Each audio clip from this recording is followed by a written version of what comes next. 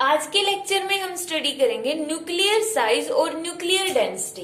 अब रदरफोर्ड ने nuclear size का वैल्यू तो बता दी थी रेडियस के थ्रू, बट वो हर एक के लिए एप्लीकेबल तो नहीं थी। न्यूक्लियस का जो साइज है वो तो वेरी हो जाता है। अब हाइड्रोजन के लिए और यूरेनियम के लिए जो न्यूक्लियस का साइज है वो सेम तो नहीं होगा, तो उसको हम कैसे कैलकुलेट करेंगे। तो एक्सपेरिमेंट्स किए गए और एक्सपेरिमेंटल मेजरमेंट से यह पता चला कि जो वॉल्यूम होता है न्यूक्लियस का वो प्रोपोर्शनल होगा इसके मास नंबर के। मींस जिस तरह हाइड्रोजन से यूरेनियम की तरफ जाते हुए उसका जो मास नंबर है वो चेंज हो जाता, तो उसी तरह जो न्यूक्लियस है उसका वॉल्यूम भी चेंज हो जाएगा। तो मान लेते हैं कि जो न्यूक्लियस है वो कैसा होगा, स्फेरिकल होगा। Let nucleus is assumed to be spherical,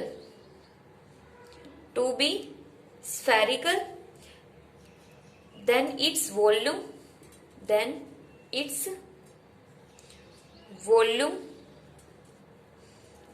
कितना होगा, स्फीयर का वॉल्यूम कितना होता है 4/3 पाई आर क्यूब। तो जो उसका वॉल्यूम होगा डायरेक्टली प्रोपोर्शनल होगा इसके मास नंबर ए से। ये पॉइंट एक्सपेरिमेंटली पता चल गया है कि जो मास नंबर होता है वो डायरेक्टली मींस वॉल्यूम होता है वो डायरेक्टली प्रोपोर्शनल होगा मास नंबर के।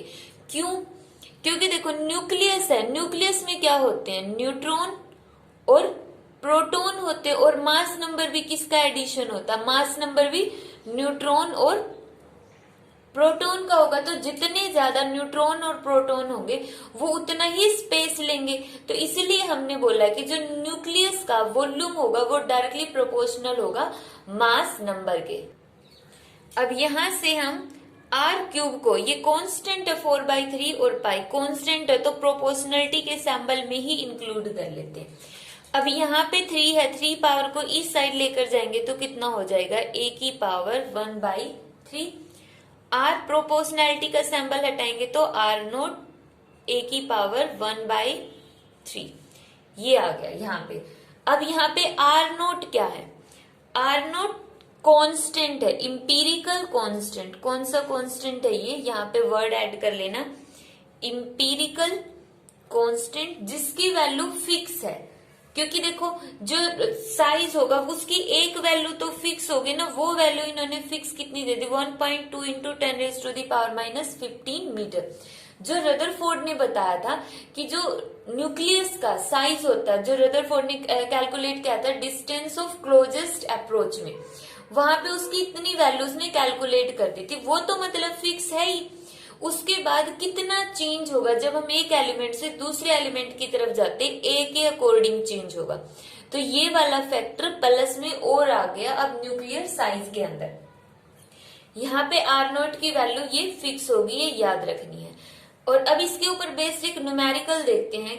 इससे पहले हम न्यूक्लियर डेंसिटी और कर लेते, फिर उसके ऊपर और न्यूक्लियर साइज के ऊपर न्यूमेरिकल देखेंगे कि किस तरह से हम न्यूक्लियर साइज कैलकुलेट करते हैं।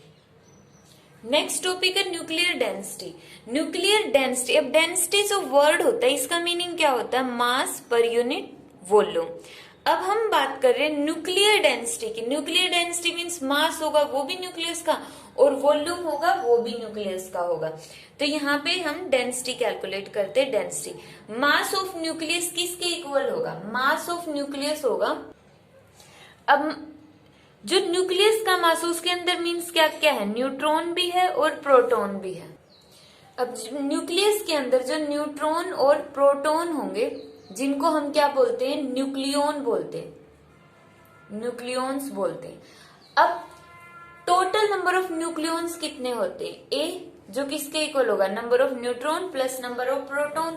तो मान लिया कि उसके अंदर जो न्यूक्लियस में जितने भी न्यूक्लियॉन है, कितने न्यूक्लियॉन है, ए न्यूक्लियॉन्स है जो उसका एटॉमिक मास है। अगर एटॉमिक मास हम ले लेते हैं 141, तो इसका मतलब उसके अंदर कितने न्यूक्लियॉन्स है, 141 न्यूक्लियॉन्स है। अब मान लिया कि जो एक न्यूक्लियॉन है उसका मास है स्मॉल m, तो टोटल न्यूक्लियॉन्स कितने हो सकते हैं, ए न्यूक्लियॉन्स हो सकते हैं। किसी भी एटम के अंदर total number of A nucleons हो सकते हैं, तो उसका टोटल मास कितना होगा m ए। तो यहाँ पे टोटल मास हो गया एम ए और वॉल्यूम कितना होगा 4/3 पाई आर क्यूब। आर की वैल्यू हम कैलकुलेट कर चुके, किसके इक्वल होगी आर नोट ए की पावर 1/3। तो यहाँ पे पुट करो, 3 को ऊपर ले जाओ, 4 पाई आर की जगह हम पुट करेंगे आर नोट ए की पावर 1/3 और इसकी पावर क्यूब। यहां से रो आया 3m a 4 pi R not cube A की पावर 1/3 और इसकी पावर 3। तो यहाँ पे आ गया हमारे पास ए से ए कैंसर। तो जो न्यूक्लियर डेंसिटी है उसका फॉर्मूला आ गया 4 पाई m आर नोट क्यूब। अब यहाँ पर देखो जो ये m है ये क्या है, mass of one nucleon. Mass of one nucleon fix होता है वो AMU होगा, जिसकी वैल्यू हम कैलकुलेट कर चुके हैं 1.6 इंटू 10⁻⁻27 होगा। यही तो हमने निकाला था। AMU क्या होता है, मास ऑफ न्यूक्लियस। तो मास ऑफ न्यूक्लियस को हम किस टर्म में एक्सप्लेन करते थे, AMU के अंदर। तो यहाँ पर जो हमने m लिया वो सिर्फ एक न्यूक्लियन का मास है।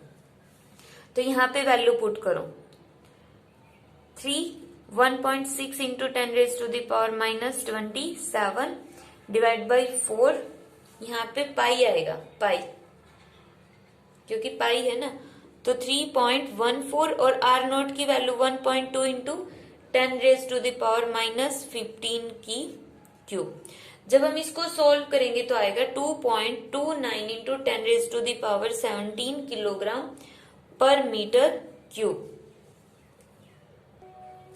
अब जो न्यूक्लियस की डेंसिटी होती है वो यही होती है और ये फिक्स होती है। अब यहाँ पर देखो जो वाटर होता है, वाटर की डेंसिटी होती है 10⁻³ किलोग्राम पर मीटर क्यूब। अब इसका मीनिंग क्या होता है कि हमारे पास एक ऐसा स्पेस है जिसकी लेंथ, ब्रेथ और हाइट कितनी है 1 मीटर की है, तो उसका वॉल्यूम कितना हो गया 1 मीटर क्यूब हो गया। तो उसके अंदर इतना वाटर आ सकता है जिसका मास कितना होगा 1000 किलोग्राम होगा। तो डेंसिटी का मीनिंग होता है कि 1 किलोग्राम या 10⁻³ किलोग्राम जो मटेरियल है वो कितने स्पेस के अंदर आ सकता है 1 मीटर क्यूब के अंदर। एक ऐसा स्पेस जिसकी लेंथ 1 मीटर है, ब्रेथ भी 1 मीटर और हाइट भी 1 मीटर है, तो उसका वॉल्यूम हो गया 1 मीटर क्यूब। तो उस स्पेस में मैक्सिमम कितना वाटर आ सकता है 1000 किलोग्राम वाटर आ सकता है। इसी तरह जो एयर की डेंसिटी है, एयर की डेंसिटी होती है 1.293 किलोग्राम पर मीटर क्यूब। मीन्स वही 1 मीटर लेंथ, 1 मीटर ब्रेथ और 1 मीटर हाइट वाले वॉल्यूम के अंदर कितनी एयर आ सकती है 1.293 किलोग्राम, इतनी एयर आ सकती है। बट यहाँ पर देखो जो न्यूक्लियर की डेंसिटी वो ये बोल रही है कि इतनी ही वॉल्यूम के अंदर जिसकी लेंथ, ब्रेथ और हाइट 1 मीटर की है, मीन जिसका वॉल्यूम 1 मीटर क्यूब है, उसके अंदर इतना मटेरियल आ सकता है 2.29 इंटू 10⁻17 किलोग्राम। इतनी हाई डेंसिटी होती है न्यूक्लियर डेंसिटी। वो नॉर्मल मटेरियल्स जो हम डेली लाइफ के अंदर जितना भी मटेरियल देखते हैं उन सबके कंपैरिजन में जो न्यूक्लियर डेंसिटी की वैल्यू है बहुत ज्यादा हाई है। और न्यूक्लियर डेंसिटी की वैल्यू लगभग सेम रहेगी सभी मटेरियल्स के लिए। क्यों रहेगी सेम?